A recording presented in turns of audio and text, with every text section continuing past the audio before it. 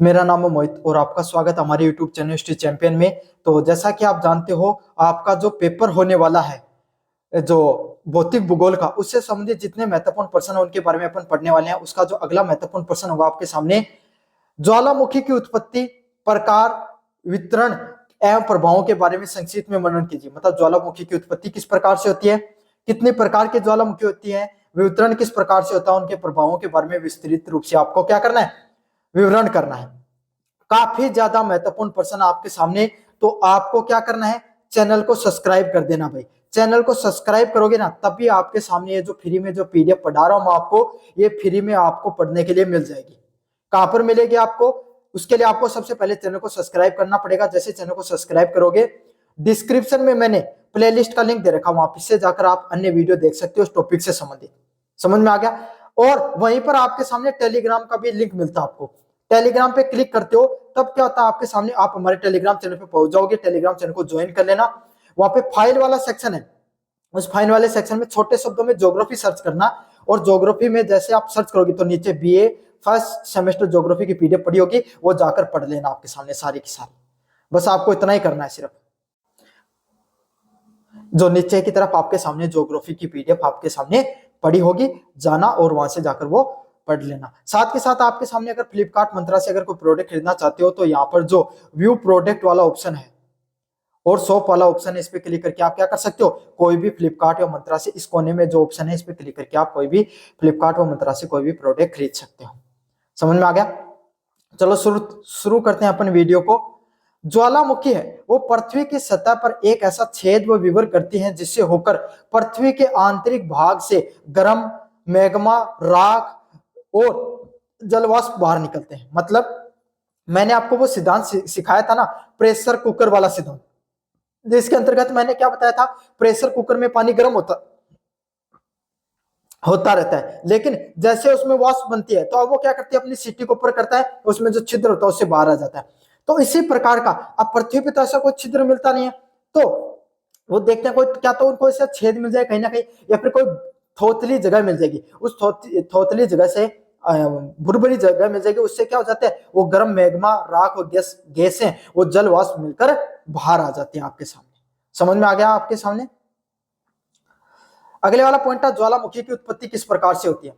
ज्वालामुखी की उत्पत्ति के मुख्य कारण पृथ्वी के अंदर उच्च तापमान का दबाव के कारण जो मेटल है, जो मेंटल जो आपके सामने, जिसको मेंटल के नाम से जाना जाता है, फिर मेटल के नाम से जानते हैं, वो जो आपके सामने चट्टान होती है वो पिघल जाती है, जिसमें मैग्मा है, वो उसका क्या होता है, निर्माण होता है। मेटल जो आपके सामने, जो नीचे की जो चट्टान होती है वो क्या हो जाती है आपके सामने, पिघल जाती है।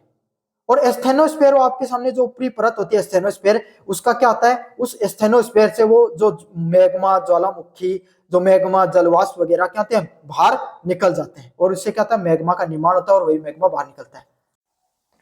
आपके सामने देखो क्या होता है, जो चट्टानें होती है ना, चट्टानें होती हैं वो आपके सामने नीचे से पिघल जाती है ना। मेटल होता है, जो मेटल, जो पहले 3 भाग होते हैं आपके सामने स्थलमंडल के, सबसे पहला क्रस्ट, फिर मेंटल और फिर कोर। 3 अलग अलग मान लो आप 3 भाग होते हैं। आपने इतना तो आपको पता है, ज्योग्राफिक विद्यार्थी हो, है ना। तो मेंटल में आपके सामने मुख्यतः क्या पाई जाती है, चट्टानें पाई जाती है, वो पिघल जाती है।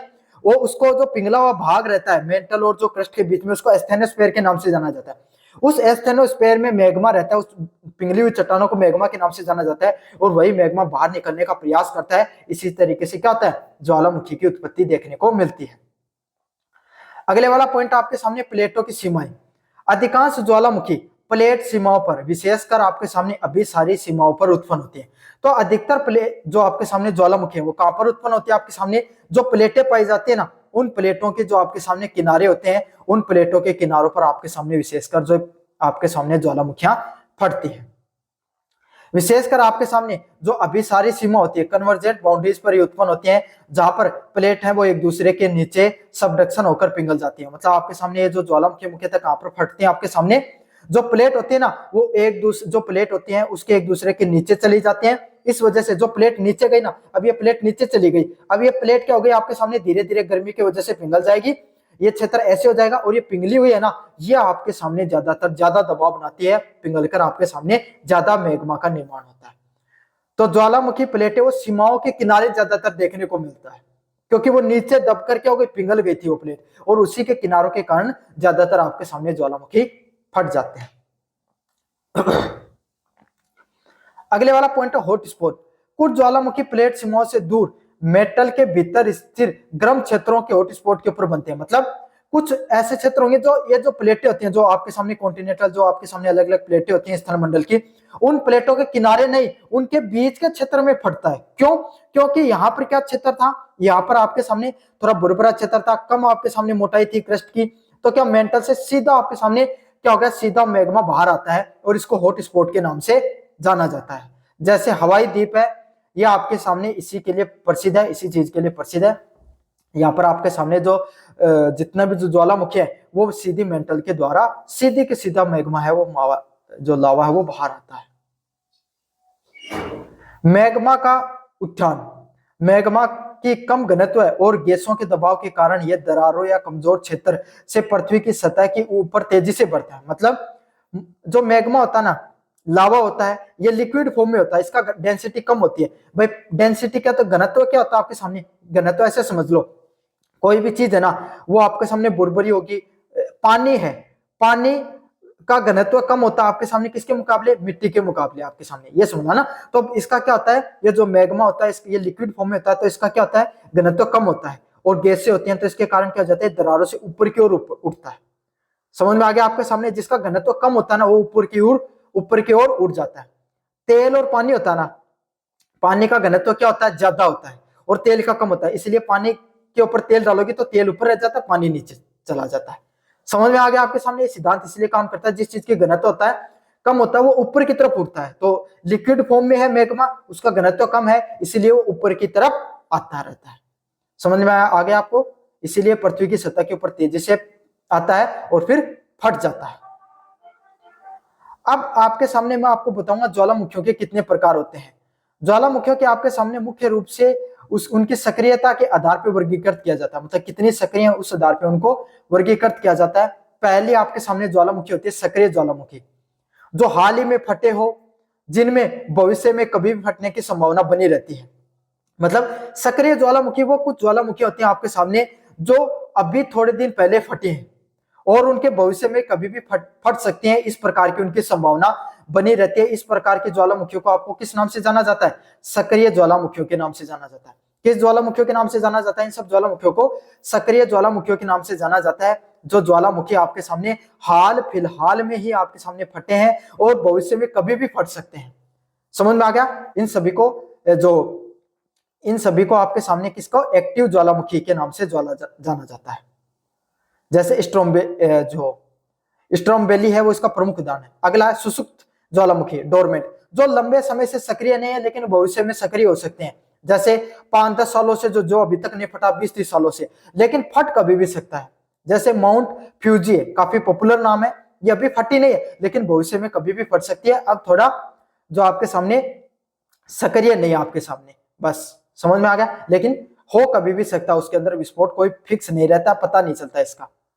मर्त व शांत ज्वालामुखी, हजारों वर्षों से कोई गतिविधि नहीं हुई और भविष्य में फटने की कोई संभावना भी नहीं है। मतलब इस प्रकार की ज्वालामुखी जिनमें बहुत लंबे समय से कोई गतिविधि नहीं हुई और आगे भी नहीं होगी, जैसे कि किलिमंजारो की जो ज्वालामुखी है वो इसका प्रमुख उदाहरण है, जिसमें पहले भी कोई गतिविधि नहीं हुई और आगे भी अब कोई गतिविधि होने का कोई भी संभावना नहीं है। इस प्रकार के आपके सामने जो ज्वालामुखी होती है उसको क्या कहा जाता है, मर्त या शांत ज्वालामुखी के नाम से जाना जाता है। समझ में आ गया आपके सामने। अगले वाला पॉइंट आपका वितरण। ज्वालामुखी का वितरण है वो भी प्लेट की सीमाओं से संबंधित है। मतलब ज्वालामुखी भी कैसे भाई फटते हैं, ये आपके सामने प्लेटों के किनारे फैलते हैं। अब ये देख लो भाई, ये जो प्लेटें हैं इसके किनारे का जो क्षेत्र होता है इसी पर आपके सामने मुख्यतः जो क्या है, ज्वालामुखियां फटती हैं। इसमें कौन कौन सा क्षेत्र है जहां पर आपके सामने मुख्यतः ज्वालामुखियां फटती हैं, इनका कौन सा क्षेत्र है, तो वही पैसिफिक के जो आपके सामने रिंग ऑफ फायर वाला क्षेत्र है, जो भूकंप वाला क्षेत्र बताया था, वहां पर मैंने ये पॉइंट भी बताया था आपके सामने कि वहां पर ज्वालामुखियां भी फटती हैं। तो अगर अभी वो वीडियो नहीं देखा भूकंप के प्रकार वाला, प्लेलिस्ट का लिंक डिस्क्रिप्शन में दे रखा हूं, वहां से जाकर जरूर से देख लेना। ये विश्व के उन सबसे अधिक ज्वालामुखियों का घर है। मतलब रिंग ऑफ फायर है वो ऐसी जगह है जहां पर सबसे ज्यादा ज्वालामुखियां फटती हैं। लगभग 80% तक ज्वालामुखी कहां पर फटती है, इस रिंग ऑफ फायर क्षेत्र में फटती है। जो प्रशांत महासागर के किनारे हैं, जहां पर एंडीज, रॉकी पर्वत जैसे पर्वत पाए जाते हैं। मतलब दुनिया में सबसे ज्यादा ज्वालामुखी अगर कहीं पर फटती हैं तो ये प्रशांत महासागरीय जो पट्टी है इस पर सबसे ज्यादा ज्वालामुखी फटते हैं। समझ में आ गया आपके सामने? इसको रिंग ऑफ फायर के पट्टी के नाम से जाना जाता है और यहाँ पर एंडीज व रॉकीज पर्वत जैसे पर्वत पाए जाते हैं। अगले वाला है भूमध्य सागरीय पट्टी।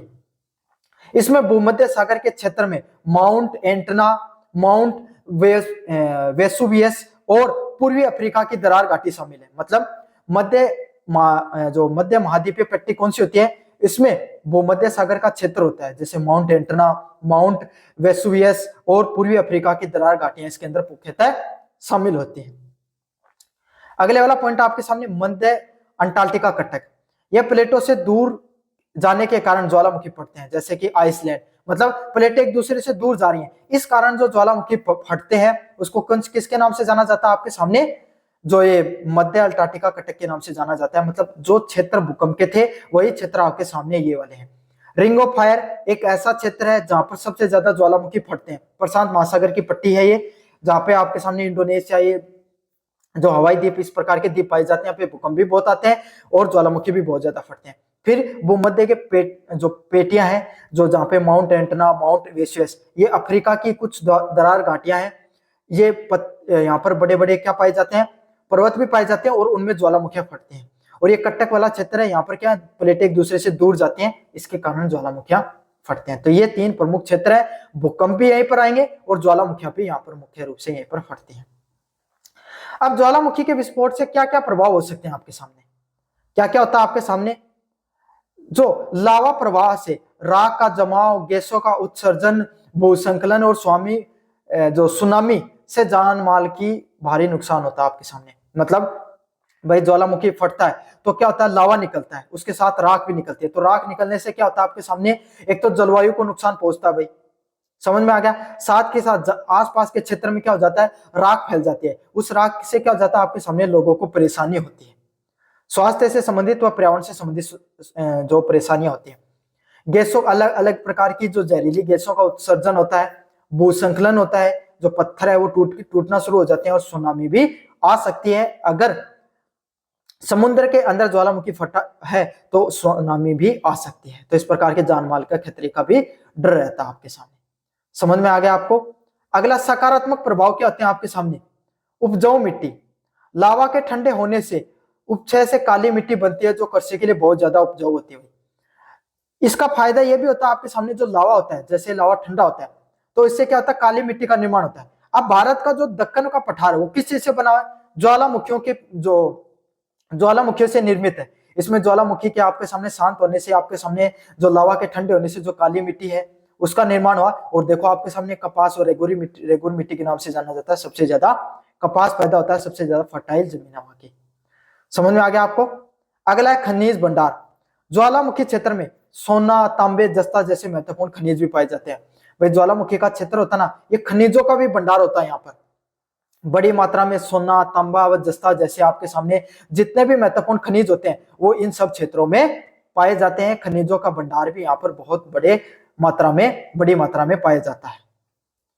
अगले वाला पॉइंट आपके सामने भूतापीय ऊर्जा। पृथ्वी की आंतरिक गर्मी का उपयोग भूतापीय ऊर्जा के उत्पादन में भी किया जाता है। मतलब पृथ्वी की जो आंतरिक गर्मी होती है ना, उसका उपयोग भूतापीय ऊर्जा के उत्पादन के लिए भी किया जाता है। जियोथर्मल जो एनर्जी होती है उसके उत्पादन के लिए भी इनका उपयोग में लिया जाता है। समझ में आ गया आपको अच्छे से? अगला है पर्यटन। ज्वालामुखी व उसके आसपास की संरचनाओं को पर्यटकों का आकर्षित भी करते हैं। भाई ज्वालामुखी फटती है तो एक बहुत ही मतलब पूरी दुनिया में वैश्विक रूप से क्या होता है? चर्चा फैलती है। तो इससे क्या होता है? वहां पर आसपास के लोग हैं वो घूमने फिरने के लिए भी आते हैं। पूरी दुनिया भर से लोग उन सभी घटनाओं को देखने के लिए आ जाते हैं। तो पर्यटन जो उस क्षेत्र को पर्यटनिक दृष्टि से भी काफी ज्यादा फायदा होता है। तो ये था आपके सामने ज्वालामुखियों का उत्पत्ति किस प्रकार से होती है, कितने प्रकार की ज्वालामुखी होती है और उनका वितरण कैसे होता है और प्रभाव कैसे होता है, उसके बारे में विस्तार से पढ़ा। कैसा लगा वीडियो जोर से बताना, चैनल को जोर से सब्सक्राइब कर देना। धन्यवाद।